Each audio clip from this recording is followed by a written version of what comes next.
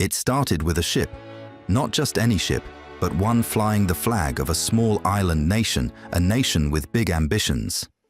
The crew looked out at the horizon, seeing new lands, new riches, and new conquests.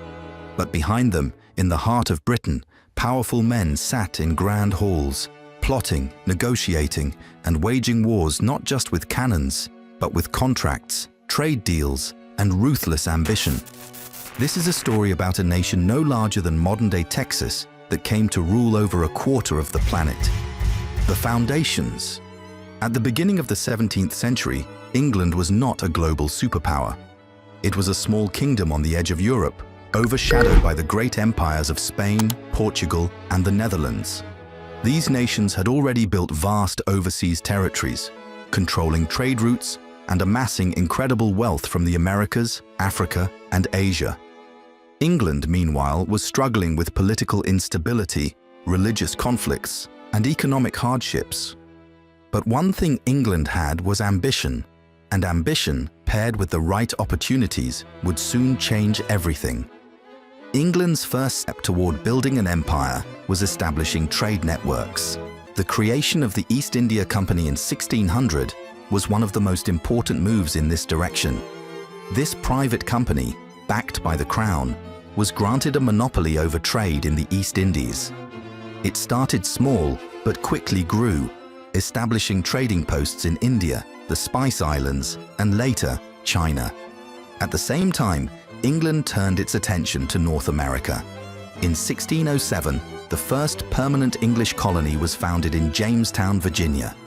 The settlers faced harsh conditions, but the discovery of tobacco as a cash crop saved the colony. By the mid-1600s, England had also established settlements in New England, the Caribbean, and Canada, securing a foothold in the Americas. The Caribbean, in particular, became a crucial part of England's growing empire. The colonies of Barbados, Jamaica, and St. Kitts became highly profitable due to sugar plantations, worked by enslaved Africans. The triangle trader system of exchanging manufactured goods for slaves in Africa, transporting them to the Americas, and bringing raw materials back to Britain, became the foundation of England's wealth. War, diplomacy, and expansion. One of the most defining traits of Britain's rise to power was its ability to use both war and diplomacy to expand its influence. England was not always the strongest military power, but it was clever in playing its enemies against each other. In 1707, the Act of Union between England and Scotland formed Great Britain, creating a more unified and powerful state.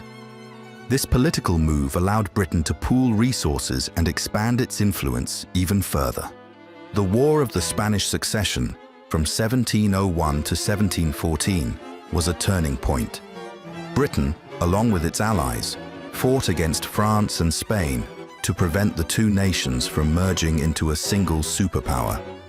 When the war ended with the Treaty of Utrecht in 1713, Britain gained Newfoundland, Acadia, Gibraltar, and the rights to the lucrative Asiento, the official contract allowing Britain to supply slaves to Spanish colonies. Meanwhile, in India, Britain and France were locked in a struggle for dominance. By the mid-18th century, the Mughal Empire was weakening, leaving a power vacuum. The East India Company took full advantage of this situation. Through a combination of military force, strategic alliances, and political maneuvering, Britain slowly gained control over Indian territories.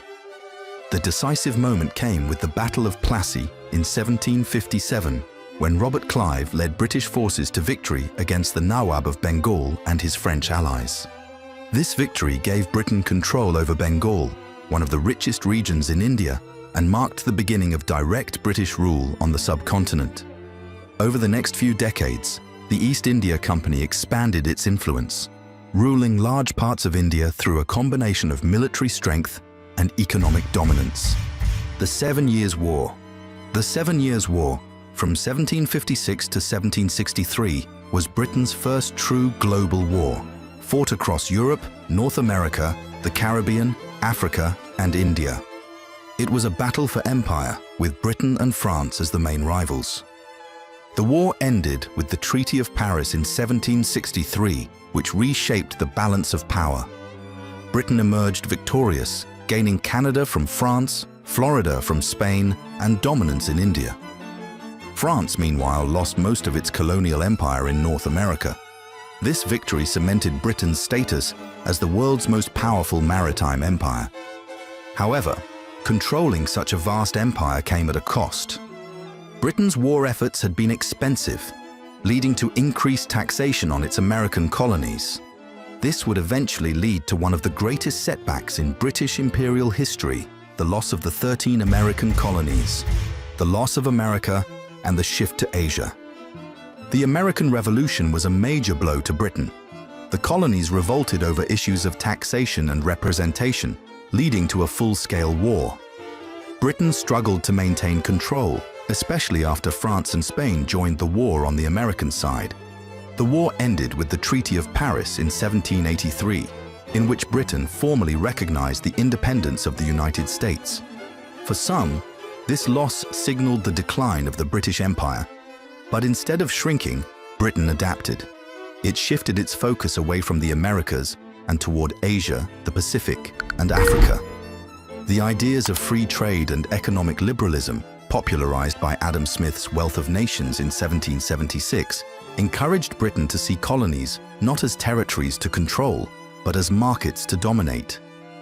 In India, the East India Company continued expanding its rule, defeating local rulers in the Anglo-Mysore Wars and the Anglo-Maratha Wars. By 1818, the British controlled most of India, either directly or through puppet rulers, Australia, and the Pacific. With the loss of the American colonies, Britain needed a new destination for its convicts. Australia became the answer.